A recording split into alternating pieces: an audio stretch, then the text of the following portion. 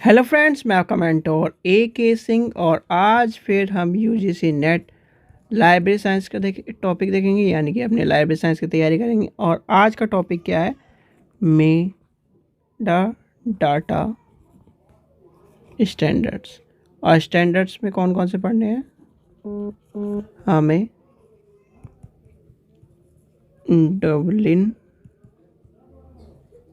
Core mark 21 आपने पहले पढ़ चुका, तो इसलिए इसमें जिक्र नहीं मिलेगा, क्योंकि जो चीज़ हम पढ़ चुके हैं वो दोबारा दोबारा रिपीट करने का कोई फ़ायदा नहीं है। मोड्स NEAD, ठीक है। तो चलिए सबसे पहले लेके चलते हैं मेरा डेटा पर।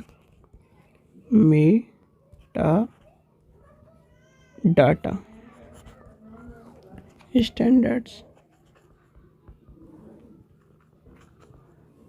ये क्या होते हैं? यानी कि मेगा डाटा एक तरह से, सॉरी बोल रहा हूँ, मेटा डाटा मानक जो होते हैं, यानी कि इसे क्या कहेंगे?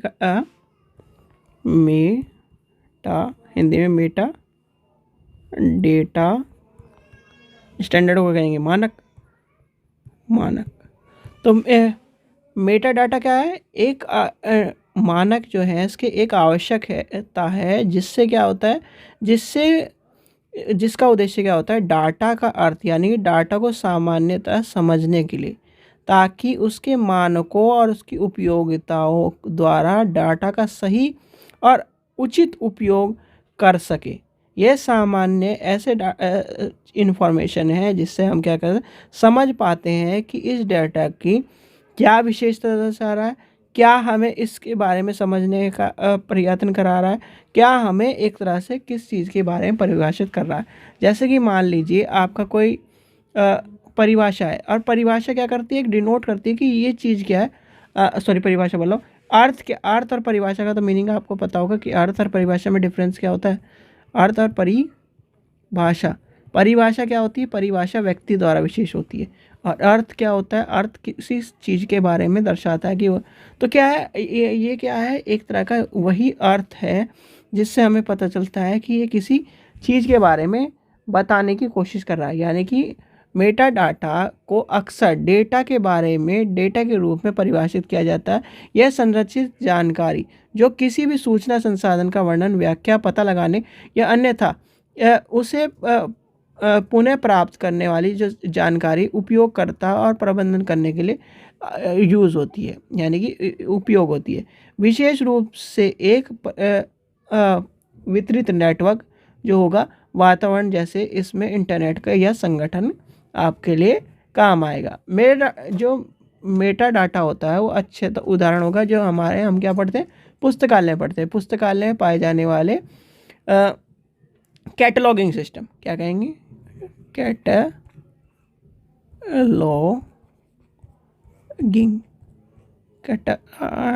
हिंदी में ऐसे लिखते हैं, कैटलॉगिंग सिस्टम। तो कैटलॉगिंग सिस्टम में सबसे अच्छा इसका उदाहरण होता है, यानी कि ये आपको जो क्या होता है, जो उदाहरण माने जाएंगे, उदाहरण में कहेंगे, उदाहरण के लिए किसी संसाधन के, यानी कि संसाधन की शेल्फ या लेखक के शीर्ष विषय स्थान रिकॉर्ड करता है। और दूसरा क्या होगा? एक तरह से डाटा प्रवाह, नियंत्रण प्रवाह, कॉल मैप और व्यावसायिक नियम, ये सारे के सारे क्या आ जाएंगे? मेटा डाटा में आपके देखने के लिए मिलेंगे। अब हमें पढ़ना है, चलिए हमें क्या पढ़ना है? सबसे पहले पढ़ना है डबलिन कोर। चलिए डबलिन कोर के बारे में सोचते हैं। सबसे पहले आपको समझना पड़ेगा कि डबलिन कोर है क्या। यानी कि डबलिन कोर जो है एक तरह का क्या है, ये इसकी फुल फॉर्म क्या है या फिर किस तरह से बनता है? तो ये है डबलिन, ये क्वेश्चन आप पूछा जा चुका है। डबलिन कोर में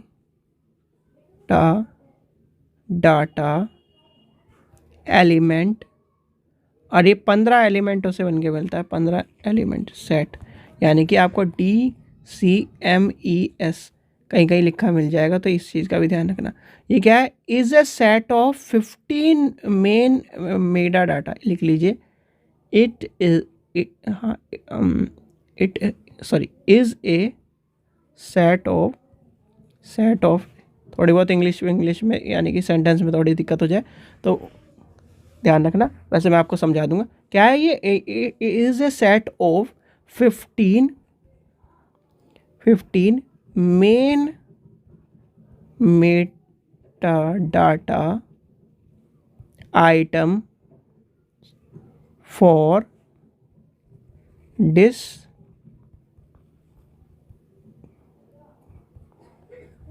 digital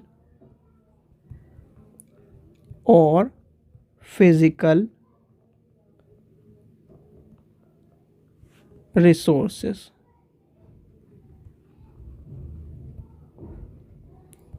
The Dublin core metadata inventive is responsible for formulating the Dublin core। ठीक है, ये क्या है? DCMI is a project of the ASIS and T, यानी कि फुल फॉर्म भी लिख लीजिए, कभी आपसे पूछी जाती है AAA यानी कि association for information science and technology. ठीक है, ये क्या है? नॉन प्रॉफिट यानी कि नॉन प्रॉफिट ऑर्गेनाइजेशन है। ठीक है, तो ये आप समझ गए, डबलिन कोर के बारे में समझ गए, यानी कि और ये क्या है?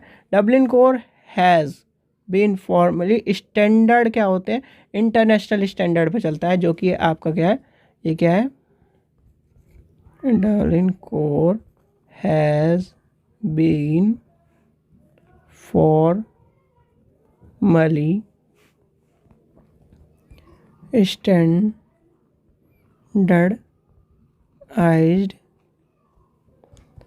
internationally as ISO 15836 by the ISO, यानी कि इंटरनेशनल ऑर्गेनाइजेशन फॉर स्टैंडर्ड। ठीक है, ये सारी आपको चीज़ें पढ़नी पड़ेंगी। फिर क्या है? यानी कि ये क्या है? यानी कि internet engineering task for force के लिए भी है। फिर आपका यूएसए यानी कि यूएस में भी है, नेशनल इंफॉर्मेशन स्टैंडर्ड ऑर्गेनाइजेशन, यानी कि ये सारे के सारे आपको डबलिन कोर के बारे में जो चीज़ें हैं मेनली ये आपको पता होना चाहिए। एक ये पता होना चाहिए, एक क्वेश्चन और था इसमें, एक ये वाला क्वेश्चन पता होना चाहिए। ठीक है, और एक 15 यानी 15 मेन एलिमेंट से चलता है, ये आपको पता होना चाहिए, जो पूछे जाते हैं वही। फिर आता है आपका MARC-21, ये आपको मैंने बता चुका है, जिसमें आपका क्या है? कौन सा ISO है?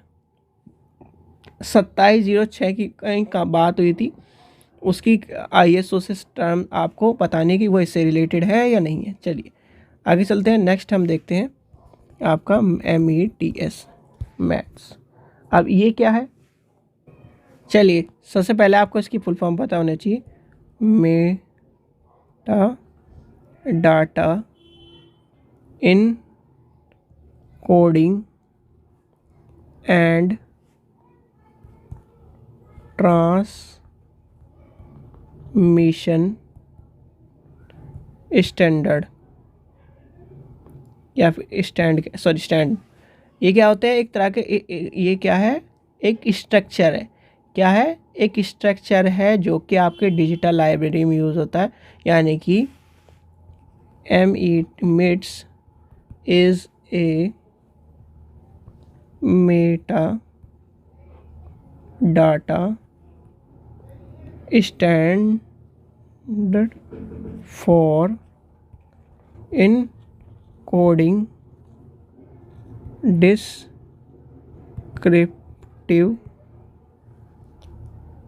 administrative, and structural data regarding objective with in a digital library. किसके लिए? Digital library. Library expressed using the XML scheme language for the Web3C। Web3C सबको पता है, जो आपको करवाया था Web3C, ठीक है। तो ये क्या है, इसके बारे में आपको पता लगा क्या नहीं, डिजिटल लाइब्रेरी के लिए यूज़ होता है। और ये कहीं ना कहीं आपके जो क्या है उसके डिस्क्रिप्शन, इनकोडिंग, ये सारी चीज़ों पे चलता है। और आपको अगर आपको देखने के लिए मिलेगा तो इस तरह, यानी कि एक मैं आपको दिखा भी देता हूँ, ये यूज़ होता है। आपने कभी देखा होगा तो इसमें स्ट्रक्चर के तौर पर इस तरह यूज़ होता है। जैसे कि आप कोडिंग करते हैं METS, इस तरह, फिर इस तरह चलेगा METS। याद मुझे भी खास नहीं है, इतना नहीं है, वैसे भी आपको मैं बुक में जिस तरह दिखाया गया है उस तरह से आपको देख के बता रहा हूँ। DMD सेकंड, एक इसमें क्या दिया गया है, कोड दिया गया है, तो उस हिसाब से मैं आपको बता रहा हूँ। सेकंड,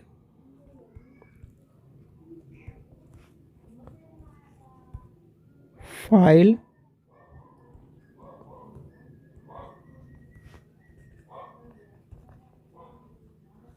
स्ट्रक्चर मैप,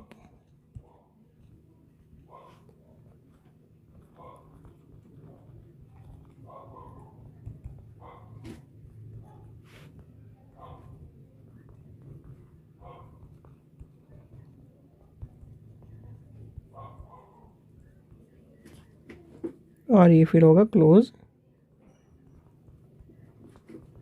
क्लोज का सबको पता है कि क्लोज होता है जब, यानी यहाँ शुरू हुआ यहाँ पे क्लोज हुआ। तो ये आपका कहीं ना कहीं इस तरह का होता है मेगा डाटा कोड्स, यानी कि जो कोडिंग करी जाती है। चलिए अब नेक्स्ट चलते हैं आपका MODES। चलिए इसे देखते हैं, इसके फुल फॉर्म क्या है। सबसे पहले आपको ये लेके चलते हैं, तो इसकी फुल फॉर्म होगी मेगा, यानी कि Meta data object description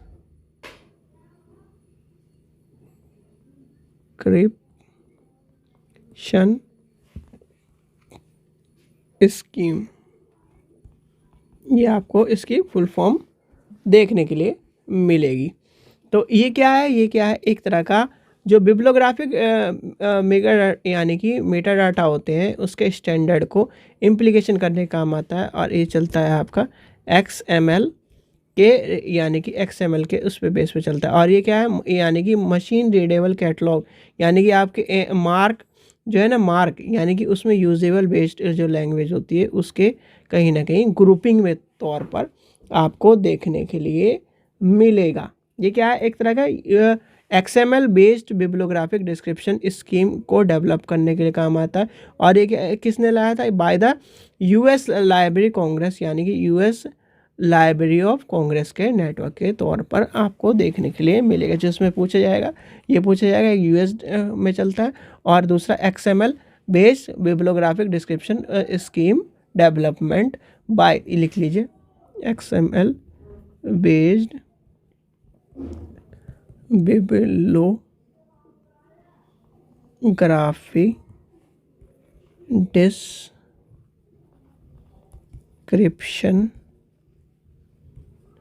scheme developed by the US library of Congress. ठीक है, तो ये आपका इसका है। अब बचा कौन सा? EDA, EAD. अब ईएडी के बारे में देखते हैं। चलिए अब इसके बारे में समझते हैं। इसकी फुल फॉर्म क्या होगी? इसकी फुल फॉर्म आपको देखिए, इसकी फुल फॉर्म होती है इनकोडिंग इन कोड आर्चिवल डिस्क्रिप्शन। ये क्या है? एक नॉन प्रॉपर्टी स्टैंडर्ड है, यानी कि ये क्या है? एक तरह का ये वह इसे कहेंगे मानेंगे अभिलेखीय, हिंदी में कहेंगे अभिलेखीय संबंधित वर्णनात्मक जानकारी को इनकोडिंग करने के लिए एक मानक है। क्या है? इनकोडिंग करने के लिए मानक है। और ये क्या करते हैं? ये आपके जितने भी ऑनलाइन यानी कि नेटवर्किंग के जो कोडिंग है, जैसे आपके डॉक्यूमेंटेशन के होस्टिंग के लिए काम आती है। और लाइब्रेरी एंड कांग्रेस ने, याद कर लेना, लाइब्रेरी ऑफ कांग्रेस है कहाँ की? लाइब्रेरी ऑफ कांग्रेस है कहाँ? तो वो उसने लेके आया था। और ये क्या है? ये standard of maintain by the develop of S यानी कि SSSAA, यानी कि SSA स्टैंडर्ड कम्युनिटी जो टेक्नोलॉजी है उस पर चलती है। ये जो टेक्नोलॉजी है ये कहीं ना कहीं आपके क्या करते हैं? ऑनलाइन नेटवर्क को के एनवायरनमेंट में चलती है। एक तो चाहिए यानी कि यूजुअल ऑफ ऑनलाइन नेटवर्किंग पे। दूसरा क्या है? इसमें क्या है? इनकोडिंग वाला, यानी कि जो अभी हमने पढ़ा था कि नहीं, जो कोडिंग जिसके बारे में बताया था आपको मैंने, MET वाली, वही कोडिंग क्या है? कोडिंग के ऊपर ही कहीं ना कहीं आपको इसमें भी देखने को मिलेगा। और ये क्या है? कोडिंग बेस आपको सिस्टम चलता है, यानी कि जिस तरह से आप क्या है? सीधे की सीधे पूरी डिजिटल लाइब्रेरी में कोडिंग, क्या भाई कोडिंग होगी तभी तो क्या है? सॉफ्टवेयर बनेगा। सॉफ्टवेयर बनेगा तो वही ना, ये सब चीज़ें आपको देखने के लिए मिलेगी। जो मेन चीज़ आपको पूछी जाती है ये पूछी जाएगी और ये पूछी जाएगी। वैसे इस तरह क्वेश्चन कभी भी आते नहीं हैं। ठीक है, तो ये सब चीज़ थी, यानी कि मोटा मोटा आपको मैंने बता दिया जो जो चीज़ें कहीं ना कहीं आ सकती हैं। चलिए, आशा करता हूँ आपको वीडियो पसंद आई। वीडियो पसंद आई तो लाइक करें, चैनल को सब्सक्राइब करें, वीडियो को ज़्यादा से शेयर करें। Thank you.